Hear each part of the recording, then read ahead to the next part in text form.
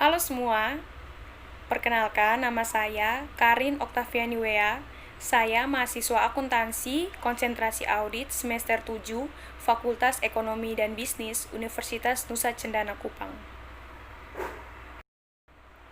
Dalam video saya kali ini, saya akan menjelaskan mengenai kasus korupsi pengadaan paket traktor tangan pada Dinas Pertanian Perkebunan dan Kehutanan Kabupaten Rana Berjaya tahun 2011. Di sini saya akan menjelaskan mengenai identifikasi penyimpangan yang terjadi, kemudian menetapkan nilai kerugian keuangan perusahaan atau negara. Selanjutnya saya akan mengidentifikasi para pihak yang bertanggung jawab dalam kasus tersebut. Dan ini merupakan ujian akhir semester mata kuliah audit forensik. Baik, yang pertama saya akan menjelaskan mengenai penyimpangan yang terjadi. Seperti yang kita ketahui, ada beberapa praktik yang memicu tindak pidana korupsi dalam pengadaan barang dan jasa. Antara lain yaitu penyuapan, memecah atau menggabungkan paket, kemudian menggelembungkan harga atau markup harga, mengurangi kualitas dan kuantitas barang dan jasa, serta penunjukan langsung dan kolusi antara penyedia dan pejabat pengadaan barang dan jasa. Dalam kasus tersebut ini, saya melihat ada beberapa praktik penyimpangan yang dilakukan, yaitu yang pertama, yaitu penggelembungan harga atau markup. Pada pasal 6 Perpres 54 tahun 2010, diatur mengenai etika pengadaan yang menyebutkan salah satunya adalah menghindari dan mencegah terjadinya pemborosan dan kebocoran keuangan negara dalam pengadaan barang dan jasa. Penggelembungan harga yang terjadi pada kasus ini adalah pada tanggal 29 Juni 2011 dilakukan adendum kontrak untuk penambahan volume traktor dengan merek Kubota model Quick G600 dari 150 unit menjadi 200 unit dengan harga kontrak termasuk pajak berubah menjadi 2.200.000.000 termasuk pajak. Penambahan tersebut mengakibatkan kelebihan dari traktor dan mengakibatkan pemborosan keuangan negara. Kemudian yang kedua, mengurangi kuantitas dan atau kualitas barang dan jasa. Seperti yang kita ketahui, dalam setiap pengadaan barang dan jasa senantiasa diikuti dengan surat perjanjian atau kontrak yang di dalamnya memuat spesifikasi barang yang akan dikerjakan atau diserahkan kepada pengguna barang atau jasa. Kemudian dalam kontrak selalu diatur tentang kuantitas dan kualitas barang dan jasa yang diperjanjikan, sehingga setiap usaha untuk mengurangi kuantitas atau kualitas barang dan jasa adalah tindak pidana. Menurut saya, perbuatan curang yang dilakukan dalam kasus ini adalah yaitu pada tanggal 4 Agustus 2011, PPTK membuat dan menyampaikan SPP LS pengadaan traktor tangan kepada KPA atau Kepala Dinas Pertanian Perkebunan dan Kehutanan. Pengajuan SPP LS tersebut tanpa dilampiri berita acara pemeriksaan dan berita acara serah terima hasil pekerjaan. Selain itu, tidak diketahui secara pasti apakah traktor tersebut sudah sesuai atau belum. Yang ketiga, penunjukan langsung. Penunjukan langsung di sini merupakan suatu metode pemilihan penyedia barang atau jasa dengan menunjuk langsung satu penyedia barang atau jasa yang memenuhi syarat. Di sini ada beberapa syarat penunjukan langsung, yaitu yang pertama, keadaan tertentu, yang kedua, pengadaan barang khusus atau pekerjaan konstruksi khusus atau jasa lainnya yang bersifat khusus.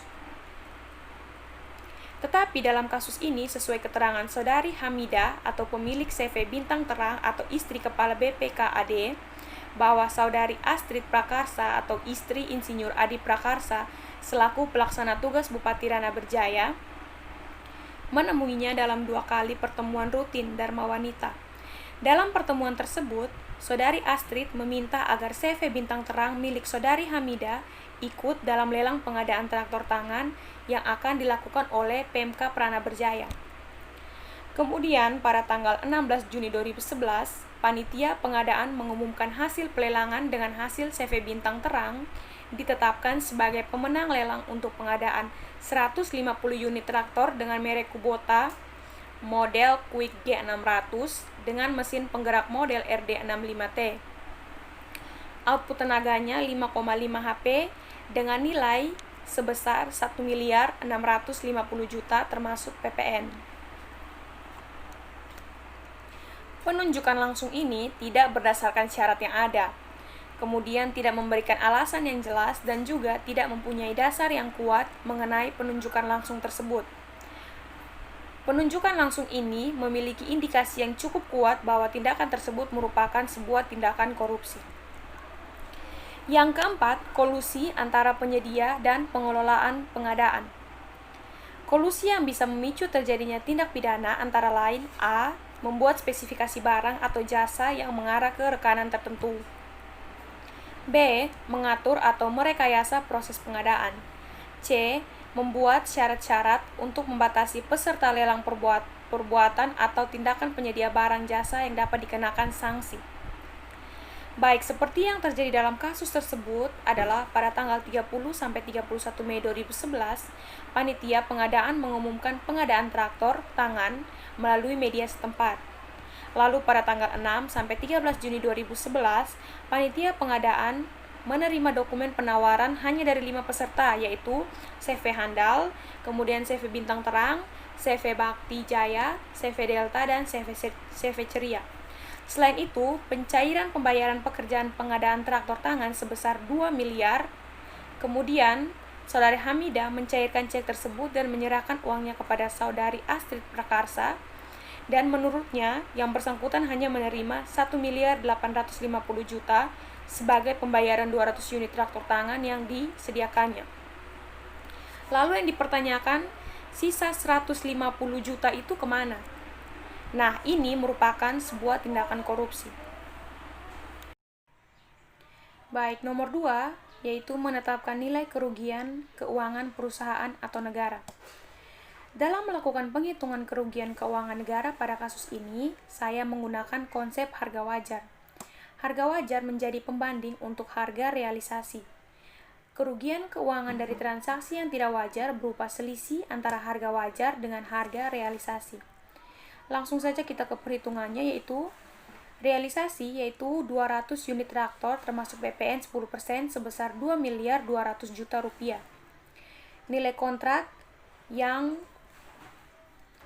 merupakan tahun anggaran 2011 pada Dinas Pertanian Perkebunan dan Kehutanan Kabupaten Rana Berjaya, anggarannya sebesar 1.725.000.000. Jadi realisasi 200 unit tadi 2.200.000.000 kita kurangi dengan nilai kontraknya sebesar 1.725.000.000 sama dengan 475 juta. Jadi kerugian negara di sini yaitu sebesar 475 juta rupiah. Nomor 3, pihak yang terkait atau bertanggung jawab dalam kasus ini yaitu 1. Saudari Hamidah selaku pemilik CV Bintang Terang atau istri Kepala BPKAD. 2. Saudari Astrid Prakarsa selaku istri Insinyur Adi Prakarsa selaku pelaksana tugas Bupati Rana Berjaya. Saudari Astrid ini yang meminta agar CV Bintang Terang milik Saudari Hamidah ikut dalam lelang pengadaan traktor tangan yang akan dilakukan Pemkab Rana Berjaya. 3. Kepala Dinas Pertanian Perkebunan dan Kehutanan Kabupaten Rana Berjaya. Ia yang membentuk panitia pengadaan traktor tangan. 4. CV Bintang Terang yang merupakan pemenang lelang untuk pengadaan 150 unit traktor yang kemudian ditambah menjadi 200 unit traktor tangan merek Kubota model Quick G600 dengan mesin penggerek modal RD65T. Output tenaga 5,5 HP dengan nilai 2.200.000.000 termasuk PPN. 5. PPTK dan Bendahara Pengeluaran Dinas Pertanian Perkebunan dan Kehutanan. 6. KPA atau Kepala Dinas BPKAD. BPKAD ini yang menerbitkan SP2D dengan nilai setelah dipotong PPN 10% sebesar 2 miliar tanpa disertai berita acara pemeriksaan dan berita acara serah terima hasil pekerjaan. 7. Yang terakhir yaitu Bupati Rana Berjaya Insinyur Adi Prakarsa MM selaku suami dari Saudari Astrid Prakarsa yang menyalurkan traktor tangan merek Cameo model CP131 secara bertahap dengan cara menyerahkan kepada kelompok tani yang telah ditetapkannya sebelumnya dan atau yang datang mengambil bantuan tersebut di tempat penyimpanan.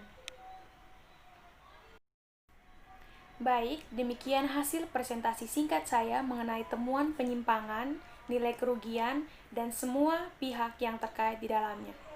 Sekian dan terima kasih.